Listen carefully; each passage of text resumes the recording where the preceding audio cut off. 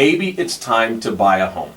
Well, What is the first step? And what comes first, the chicken or the egg? Exactly. The realtor or the finance? Well, that can come in any order, but I can tell you this, if you do find a realtor, the first thing the realtor is going to want to do is make sure that you have your financing in order. So you might as well just come to us first, at least crunch the numbers, so you're not wasting your time or anyone else's time.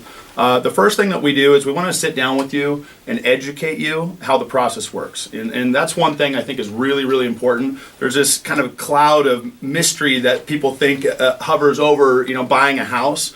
And I like to meet with people face to face, give them an initial consultation. I'll turn my computer around. I'll let them see what we're looking at, give them full transparency, crunch the numbers so that they have an understanding. And when you have that transparency and an understanding, a level of trust starts to be built. Okay, so when we talk about crunching numbers, we're talking about, I sit down with you, my wife and I, and you ask us, all right, look, I'm going to need this documentation from you. You go over what we make, what we're paying out each month, right? Debt to income, all Yeah, of so that. what I'm going to do is first we're going to sit down and I'm going to not tell you, hey, you can buy a $700,000 house, go shopping. What I'm going to do is I'm going to ask you, what are you comfortable paying per month?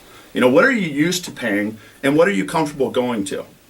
So if you're comfortable paying $2,500, $3,000 a month, we're going to build that loan depending on how much you have as a down payment. We're going to build around that. Okay, so we're going to kind of reverse engineer the loan around what you're comfortable paying. We're not going to max you out and spread you too thin so that you go into a situation where you have potential payment shock.